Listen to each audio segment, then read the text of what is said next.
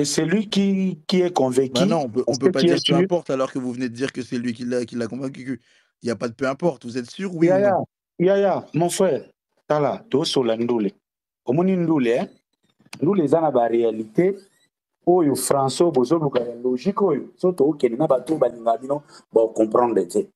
Ce qui est sûr, que Picasso est convaincu ou non, Picasso a joué un rôle pour que les contrats soient gérés par Charles, pour qu'il ramène Charles et Fer ensemble. Et il est dans une impasse actuellement. On est Congolais, tout raisonnera selon de tous ces comportements. Les Congolais, je peux te passer quelqu'un qui est un bon chauffeur. Il amène tes enfants, il les tue tous. Les malheurs, c'est tonton Promo. C'est lui qui m'a donné les chauffeurs. Picasso est dans la merde actuellement. Pourquoi il est dans la merde si le concert il est maintenu? Papa, concert il y a 2600, il chiffre la sous maintenu. Donc au final, ça veut dire que ce que vous allez maintenir, yoko le bamara maintenir. 2600 va arrêter billetterie et ça sous maintenir. Mais c'est vous qui dites que non, ce qu'on dit c'est faux, concert et Zalamobondo. Au final, Picasso il est dans la merde. Mais il est dans la merde pourquoi? Toi, rhétorique, toi, ce qu'on a logique. Donc, tu es comme on t'a regardé logique. Mais si les il y a chiffre, il y a 2600. Au rocha sous concert et la maintenité. Pour déjà, c'est vrai, la salle en a marre parce que l'artiste n'est pas rentable. Bon, on va ça la perdre. C'est ça les conséquences. Bref, pour nous, c'est résumé. Pourquoi Weranson Newa de la Forêt a salaki mission na France 24 atangi kombo ya faire rigolate bandeko ngana bino to bituna ki mituna wana. Alors avant to banda analyse oyo to pesi mbote na ngana batu nyonso balingaka Gloricia MTTV mbote bi pa ezo mi bino, j'espère que vous allez malamu kaka ndenge to sala kana nenga système na biso so que ça les premières fois no ya ko visiter Gloricia MTTV ndeko ko bossa na TV ko bima bossa abonner. Abonnez-vous massivement, likez, commentez et partagez. Surtout vous partagez mon link na biso na ba station na bino à Facebook. Il y a un message à WhatsApp, il y a makasi ou il y a cloche à notification quand on a appuyé on a pas besoin d'arrêter te bo manquer pe et l'autre côté chez Gloricia M. Alors la famille Gloricia tous a vraiment branché, tous a la branché total la vidéo au bande bandelti na suka total non émission ya Weranson na France 24 et tout linto yeba pourquoi Weranson atanga ki kombo ya fait rigola te tolanda. De la musique de rumba congolaise, Weranson est à la tête du groupe Wenge Musica Maison Mère, un orchestre phare de la scène musicale africaine qu'il a fondé dans les années 90 avec sa voix puissante et son charisme unique. Weranson est devenu une icône pour plusieurs générations. Bonsoir Weranson. Bonsoir Fatou. Et bienvenue chez toi, ici dans le JTA de France 24. Merci beaucoup. Quel plaisir. Alors, votre musique traverse plusieurs générations, je l'ai dit, et des frontières. Évidemment, on danse votre musique, que ce soit de Kinshasa à Dakar, jusqu'à Paris, jusqu'à New York, partout. Selon vous, c'est quoi le secret, votre secret de longévité et cette popularité internationale? Bon, ça d'abord, c'est le travail, parce que moi, je bosse dur. Je suis un grand artiste qui est connu partout dans le monde. Je prends tout mon temps à travailler. Et aujourd'hui, il y a mes musiciens qui font ma fierté partout dans le monde. Donc, c'est pas que des Congolais, des étrangers, tout le monde qui aime Wera, qui joue la musique de Wera, qui danse la musique de Wera, et les artistes qui interprètent Wera. Moi, c'est un grand plaisir pour moi quand je vois ça à la télé, partout dans les réseaux sociaux. Je suis très ému, très content. Vraiment, je vois que je fais du bon boulot. Donc, aujourd'hui, je suis modèle. Je vois quand même des jeunes Français, Congolais qui sont ici en France.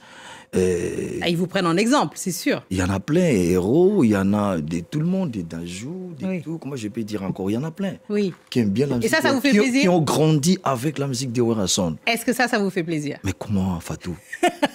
Je suis vraiment très, je ne sais pas comment manifester ma joie sur ça, parce que quand je passe, je vois les artistes, et tous les artistes m'appellent, Weranson, tu sais, nous avons grandi avec votre musique. Ben oui. Quand nous étions petits, aujourd'hui, on a grandi. Donc, c'est un plaisir pour moi, pour ces jeunes qui font ma fierté. Mais quel regard d'ailleurs vous portez sur cette évolution de ce genre musical? Rumba congolaise, on a dit, c'est au patrimoine maintenant universel de l'UNESCO.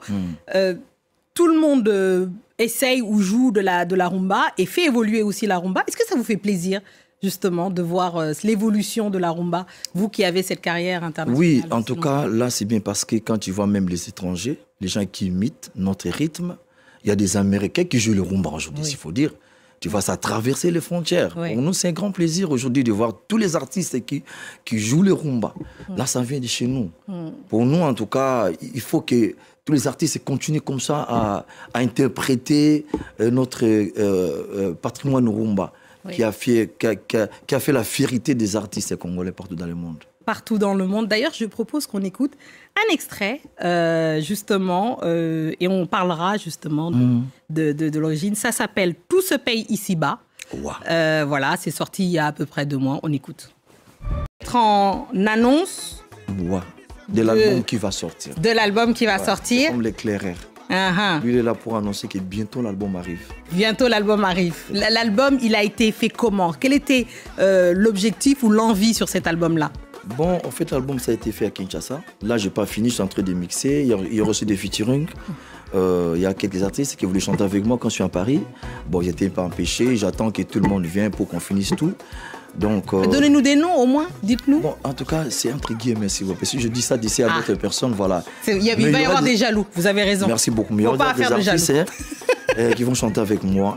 En tout cas, l'album Moroté, au mois de décembre, ça sera sur le marché. Parce que là, comme je prépare un grand événement l'année prochaine, 2025, au Grand Arena de Paris. 25 février. 25 février. J'espère que je suis invité. Invité d'honneur. Ah, merci. Ça me fait plaisir. C'est le 15. Non, le 15. Ouais, le 15 février. Le 15 février. Puis c'est mieux, juste après la Saint-Valentin, c'est bien. C'est une bonne date. Waouh. C'est une bonne date. C'est ça. Donc, votre parcours, d'ailleurs, en tant que leader, je me disais, de Wenge Musica Maison Mère, qui est reconnue comme maintenant quasiment une école de formation, parce qu'il y a énormément de stars qui sont sorties de ce groupe-là. Comment vous avez géré entre les tensions au sein du groupe, tout en maintenant justement l'identité? Comment vous avez réussi à faire ça? Je me posais la question. Bon, en fait, tu sais, la musique que nous faisons aujourd'hui, il faut avoir la patience. Il faut être courtois, tu vois. Les artistes, c'est difficile à gérer, hein. C'est difficile à gérer, mais j'ai quand même le temps de bien conscientiser, de bien parler avec les artistes. Aujourd'hui, quand même, il y a quelques artistes qui sont sortis de chez moi, ils ont fait leur groupe, ils évoluent ailleurs. Ça marche très bien quand tu vois comme les jeunes comme Héritier, il y a les Bill Clinton, il y a... Fabregas. Fabregas, voilà. Bien sûr, que j'ai reçu ici d'ailleurs. Ah ouais. Donc, vraiment, c'était difficile pour gérer. Mais quand même, ça fait bien aujourd'hui. Ils sont des grands artistes. Ils ont leur société, ils font leur boulot bien, ils gagnent bien leur vie. En bref, tu vois, mais s'il faut aller en détail, donc il y a trop à dire, il y a trop à raconter sur ça.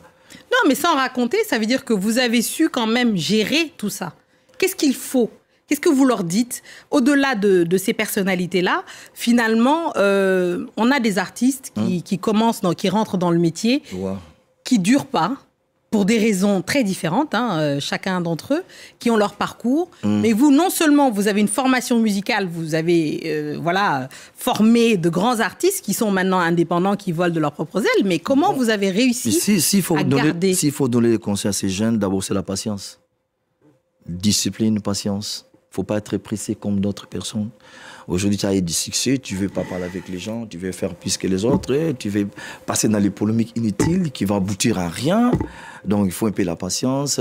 Et puis, il faut prendre ton job, il faut être professionnel, tu vois. Il faut prendre tout ton temps à travailler. Tu sais, parce qu'il y a, quand tu vois dans les réseaux sociaux, il y a des chamaillages, il y a des gens qui, comment ils sont là en train de se chamailler entre eux pour rien au lieu de travailler. Tu vois, moi je crois, en tout cas, le seul conseil que je peux donner aux jeunes artistes, il faut la patience, il ne faut pas être pressé. Tu vois, il faut être des vrais professionnels. Quand tu as dit, voilà, les concerts à 14h, toi, tu viens à 16h. Oui, ça... Et les gens qui viennent pour te regarder, pour te voir, tes fanatiques, mais ils seront mécontents, tu vois. Non, ça, il faut parler être discipliné dans tout ça. Il faut parler de ça, les concerts africains qui ne commencent pas. D'ailleurs, moi, j'annonce les concerts qui aura lieu l'année prochaine ici. Oui. Je sais, maintenant, je ne sais pas la France, de façon dont ils ont discipliné tous les concerts, ça finit à minuit. Donc, moi, je serai là à la salle à 20h. Je commence à 20h30. Oui. Et à 23h, stop. D'accord. Parce que je ne vais pas dépasser. Il faut que les gens viennent. Attends, s'il vous plaît, les fanatiques, c'est que vous avez l'habitude de venir très tard. Tu vois, c'est pas bien. Voilà. Vous savez parce que ces jours-là, que vos camarades congolais, voilà, ils n'arrivent jamais à l'heure. C'est ça. Oui. Je sais que vraiment... Donc il faut être à l'heure, il ne faut pas rater. C'est le 15 février. Surtout ça. Prenez vos places, soyez à l'heure parce que Werrason, lui, il sera au rendez-vous. Merci infiniment. Merci d'être là. Merci de nous faire danser et d'être un ambassadeur de la culture congolaise. Merci beaucoup. Merci beaucoup. Et c'est ainsi que nous refermons ce journal de l'Afrique. Merci à tous ceux qui nous ont suivis partout dans le monde. Et ce soir, de Kikwit. C'est pas de là dont vous venez? Kikwit? Ah oui, non? Comment tu connais Kikwit? Ah, comment je connais? Parce que je me suis renseignée. À Kisangani en passant par Kinshasa. Restez avec nous car l'actualité continue sur France 24. Merci. Biso nyonso bandeko émission Werrason na salaki na France 24 et boti polémique, je m'excuse, et boti polémique balobi que pourquoi bagolo basiliki balobi pourquoi Werrason atangi faire egola te parmi ba musiciens oyo atangaki na France 24 bandeko. Pourquoi Werrason atangi kombo ya faire egola te ba fanatique ya faire egola basiliki. Et bandeko bomoni vidéo na télé bino liboso wana eza live to zuya na Twitter, eza live to zuya na Twitter au tonto promo. Basalaki live azo expliquer makambo ndenge azoleka na Ayu Arena. Nzokande bandeko na ngati to fanda kawa ti bagolo basala biso makeyelo mobondo Sabina.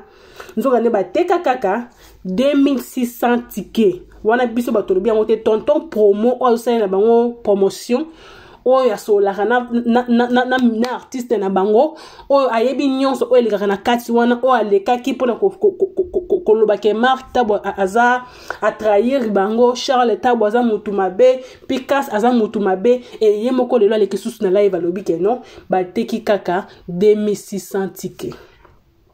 Tozala awa bandeko tant fallait betaka concert ya Ayu Arena 40 000 places. Totikala jamais komona ta mukolo moko fali pour passer la live abonde la ba fanatique baso ba ticket tikala komona ngote to tikala ta mukolo moko te komona bureau ya fali pour passer la ba live babonde la ba fanatique baso ba ticket tikala komona ngote baloba ki yango bien les jours où ba fongola billetterie ya fali poupa na 24 heures ya pamba plus de 30 000 tickets et tekama et comme ça qui bato Ayu Arena yango ti lelo na page na bango ya Ayu Arena boke de kotala boko mona ba publiera toujours ba photo ya Fali pour Fali atika bango na défaut Fali asane loko oyo bandimaka te africain o afanda na Congo na poto te loko ba nino te ba Gims te africain soki kutu Gims maître Gims o akoli na poto akoli bana saki mona tia akoli na poto a musique na banyango na poto a reporter 2 fois conseil ya Ayu Arena pour bazo soma ba ticket mais Fali pour pas outi Congo musicien moko azaka na Congo aye a beti yango pe aleki 40 000 places full spectacle canon Fali alataki kitoko ayemba kitoko nyonso ezalaki kitoko koto wana vraiment aigle félicitations Fali Poupa. Et lelo oyo to fani to la muki to boni bagolo ba ye ba che date. Bango lokola o nyo so fali asara ifo bango balanda yango. Ba che date ba uti na Adidas Arena na place ya kokelata na Ovo Arena o ya 16 000 places bo uti na 8 000 places na Adidas Arena bokeno na 16 000 places bozo mata malem ti boko na 40 000 places te. Bango balinga ki ba jumper ba sauter de 8 000 places à 40 000 places car pour Fali abeta ki yango. Et le colo ya baluka ba kitisa Fali pour pas baye balobi que non ba beta 40 000 places te ba beta 45 000 places car pour baleka Fali pour pas et le colo ya koleka Fali balobi que dans 3 mois sold out ezo salema ba ko beta yango double ndenge ba beta ka Adidas Arena double kaka pour ba bima le meilleur que Fali pour pas Fali atikala ko répondre te Fali atikala ko lobate bandeko siko na likambo oyo komeli bango ninga batike zo teka mate boko ya ko lobake Fali pour pas main noire potom ba musicien ba yakate bazoka ba visa te zala ki Fali ndaza main noire et lelo oyo to komi sika o to komi entourage tout artiste ba ka mabe ba onka ba trahir po ba lobi vérité ba golo balinga ki te ba loba vérité balinga ki ba ba fanda kimia et le jour ya concert boye ba esi bino ke concert eza annulé bon bo sala sikoni mais bango moins ba l'équipe ba esi bino vérité ke bozo somba te bo somba ba silikeli bango ba finge ke zongi zolo ya Mark Tabo ba fingi yango ba komisa yango plat lokola mikate ya patachuna na braza nyonso wana kaka po ba meka koloba vérité bandeko Polémique ouais salemi bande kwa lobi que non pourquoi ouais Ranson atangi comme Bill Clinton, atangi comme ya Fabregas, atangi comme héritier, atangi comme ya faire rigolater pourquoi. Akotanga comme ya faire rigola ndenge nini bande quoi. Bo beti concert ya You Arena, est-ce que vous considérez que ouais Ranson aza papa na binoté? Est-ce que vous pensez que ouais Ranson na concert ya Adidas Arena té? Vous pensez que ouais Ranson té? Soit que vous pensez que ouais Wera ngata nga kombo na bino. Mais parce que bengisa wera so bo préfère bo bengisa papa ya ba voisin que papa na bino. Kaka bino moko bo lobaka kene bo lobaka non. Faire rigola za mwana wera son tazaleki na to boité. To mona mo pela ba famille zalaka. Papa na so aje pusani ya na yo mutaboko lio ya na ya azora place ya papa. Po yende mutaboko lio yende mutatangi sio yenda simba kio na loboko yenda kolisio donc akoma azora place ya papa.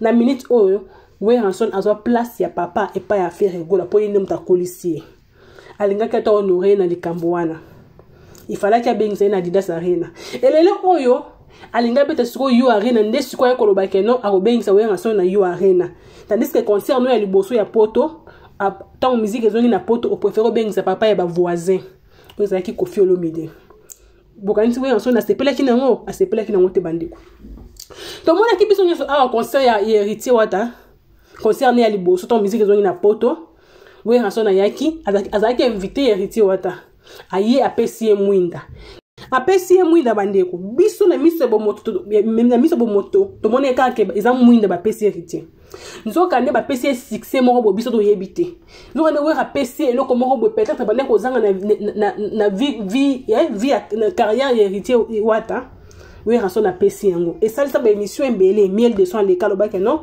oui Ranson a pesi héritier torche et zanga chargeur wana ka kimuté ma be jalousie oui Ranson a salé émission na phrase 24 tangi kombo ya faire rigolater lobisi batu belé bandiko est-ce que tant bobeta ki concert la bino ya Adidas Arena est-ce que vous considérez que oui Ranson té attention bo bengisa ki oui Ranson té est-ce que bo bengisa ki JB Mpiana té pour attention bo bengisa ki JB Mpiana JB égale wera égale JB bo bengisa bango té wenge bo bengisa mutu moko té ya wenge bo bengisa kaka Koffi Olomide ya quartier latin ndi bo préférer ko bengisa soki ata bo bengisa ki oui Ranson pour oui Ranson le roi de la forêt azana ba fanatique partout dans le monde. Azamba fanatique partout. Ce qui est bon bengisa qui na aura owe Ranson na zala kanango. Peut-être bat o banaki ba batama susu na You Arena engeza la ba fanatique ya we Ranson. Quand on bino bengisi we Ranson te e we asali émission na atangi kombo na binote. Yeba ke bolali bandiko. Bolali ba fanatique ya we Ranson boyate. Donc ba fanatique o etikal boya ba fanatique isaka ba Gaulois na ba Koffi Fil. Po yenda koma papa na bino. Après la minute boya le bakewe Ranson za mabete bo considérer qui était yango ye pas sali yango te bo considérer qui était yango ye pas sali yango te ba gola boya li biso o mobondo samina biso ba gola to koya mobondo to boyite bande biso ndete za boye nana nga warrior mais na ko stepela lelo so na monique pe faire gola beti You Arena pour drapeau e komata ezaka drapeau na biso ba congolais pour to mona ki yango afala beta concert ils ont Afrique mobimba anglophone francophone ils ont concert wana Europe coûte kolobate Asie Amérique partout basala ki wana ezaki plein donc ezaki monde entier basala ki na concert wana You Arena et le ce que fait regola beti concert ils ont pas que songo na biso pour to mona ka général Makoso ça là en vidéo a féliciter Fally aloba pourquoi ba musicien na ya Côte d'Ivoire bazo oser ko beta concert na You Arena te me ba congolais moi ba chaki pe libaya ngo pe etonda ki bandeko et ce que le faire ko la bête concert vous allez sengo na biso nyoso mais o tozo boya o biso to linginde te ezake bokola ka Fally o to linginde te ezake bo bana ko se comparer na Fally pupa o to linginde te ezake o nizo Fally azo sala bino bozo landa ngo nde biso ba warrior to lingite c'est marque sala ki émission alors ba ki ngona mungo ne makasi et le ko nyoso Fally akosala sali nyonso Fally akobeta faire akotondisa yango c'est marque mtalobaki yango abaki sali nyonso achina mungongo ne wana peza ya munene Fally akobeta faire akotondisa yango bon to boite Fally beta ki You Arena faire gola beti Adidas Arena aya beti Genève Arena pourquoi pas qu'on la Ovo Arena ou à 16 000 places ozo matamale male meti okoma na 40 000 mais faire gola sauter eza lokola moto oti na premier niveau surtout moti na troisième niveau pa croyant que eza lokola ya fali sikoto mo résultat ye o biso monio bana bafongola billetterie bateki kaka 26000 tickets o bango bateki yango wana bandeko siko boyebisa ngai na likambo oyo faute eza ya nani mais noir fali popa aza lisusu wana te Charles Tabo obino bofingi tongo medi pokwa Charles Tabo za ne fanatique ya mutu te asala kana mutu nyonso asala pena fali asala na kofi asala na mutu nyonso eza musala na o lelo bofingi zolo wa famille na bango ti bosilisi Mark Tabo bosilisi Picasso et tonto promo yo wana kasi bino video boso moniti yende muta ebisi batuke boteki kaka 26000 ya pamba ton date na bino wana eza na risque bako cancelango to bako reporter yango ngako tuna préférer bo sambela ke ba reporter yango ke ba canceler yango po esa bien te faire gola za artiste monene ba na blacklist eza déjà qui to côté bandeko alors bandeko ce que vous allez première fois nous pour visiter Gloricia MTTV ko bo sanate avec ko bima bo s'abonner abonnez-vous massivement likez commenter et partagez surtout pour partager mon link na biso na ba station na bino na Facebook ya message à WhatsApp ya motu ya makasi bandeko o ezali cloche ya notification ça juste na ko wana appuyer wana pour bozana retardé lelo do le bandeko o mi ba to le bela Ferregola, le padre, na papa na biso Weranson, le roi de la forêt, ou à Kobeta le 15 février na poto bandeko kozala ya koyinda. Alors déjà Weranson déjà aza presque na sold out. Pour Weranson to yebi aza ba fanatique na yeba aza partout na monde. Et na ngambu ya bagolo kuna ba melisa ki biso pema to lalite mobondo biso mobondo ba live ke zongi. Beaucoup ko imaginer pour la première fois, on a évité ce déjà faire go la salango, biso de mon angote na évité. À matin live, pour qu'on ébisse na ba fanatique ne ke ba somba ba ticket, et ba place ils en ont ébélé. Muto bato azosala nyonso pa beta concert wana bino ba fanatique na ine bo pusaka ye bino ne bo pusaka faire gola te lokola fala beta ki yo arena yo po beta yo arena bo pousser beta na kotela pe bien bandeko you arena ezeki na muto batute na mutu ya faire gola te tellement bino bo pousser bo linka sala o ko fallait sala ki to fana kaka to mona ndeko monga bima wa lobake non ngana bisa ki faire gola ni suivez les guides ya mi bengi guide wa asala nini o mutu alanda ngana bisa ki faire gola ke ataya ye alati sapato wana yo okolata sapato wana te metola to lamuki ka mutu obino bo ki conseil wana azobeta na salle oyo fallait abeta ki ko beta tapamba te bandeko comme comparaison ya beta ki 40000 places biso to beta 45000 places et lungo wana o kuna le kasala live kalate sold out o kuna kalate sold out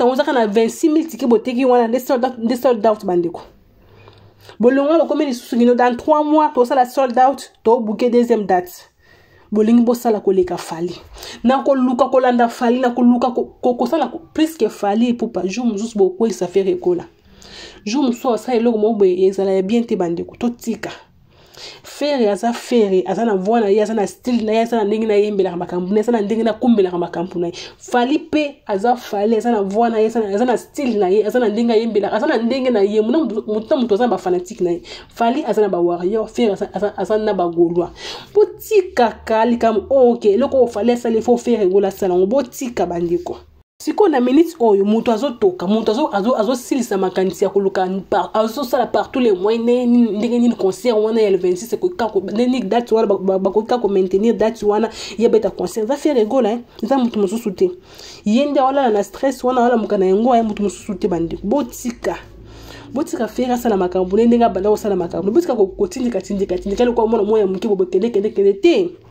botika amukola yebi oyo azosala ayebi donc balbakan tabaliaka na mulai ya singa na ye botika elie na mulai ya singa na ye bo forcer te botinda ya sala makambo oyo ke oleba kisela ye imprise elongoli susu imprise na oazala kinango botika bandiko ezo sala vraiment pasi comme un artiste munene boy soki ke concert wana ba canceler ngoza kitoko te kombo na ye et pourtant kuna ta bakendaki ko kumisa ye kuna balbaki ni aza adversaire ya fali na mboka fali ka oboye bio bon batali siko munene ya fali batali siko adversaire mabiseke malonge zawa notali siko sika to suki bandiko vraiment ils en passent eza pasi. Alors bandeko pour nanga na suki a na vidéo ya lelo to mona ni la prochaine fois soki Yesu Masi azongi na nuté. Alors yo ndeko ona nous s'abonner te ozozela nini mama ya ozozela nini papa ya kana lomba wenka ko s'abonner. Abonnez-vous massivement, likez, commentez et partagez. Eza malola akopambola bino lisusu koleka. Bye bye.